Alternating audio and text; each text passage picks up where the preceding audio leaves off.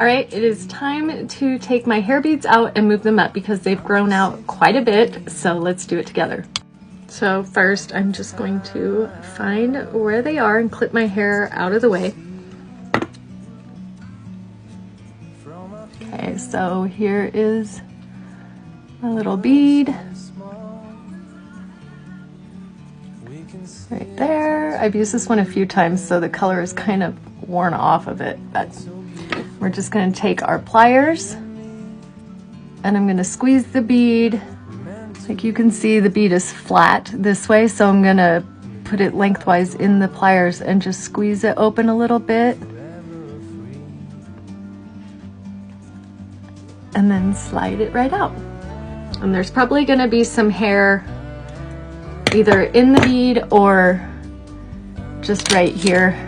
Just from it being in your hair for so long, you're going to have the natural shed hair come out. Just like that. This one's been in my hair for a long time. So you just get rid of that hair and then you can place it in your hair again. So I've put a new micro bead on my hair beads, so I'm going to go ahead and install them now. So I have a little piece of hair out right here. Everything else clipped away. I'm just going to put it through the little loop, and then you just pull the bead on the loop and it's going to pull it right through the micro bead. And then just position it where you want it. I don't like to put it too close to the root because it does get a little bit sore. So I'm just going to put it right here. And then I'm going to squeeze the bead nice and flat. And that's it.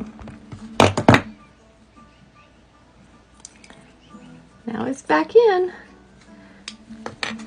And like I say, you can wear as many as you want. You can wear one, you can wear them short, long, 5, 3, however many you want.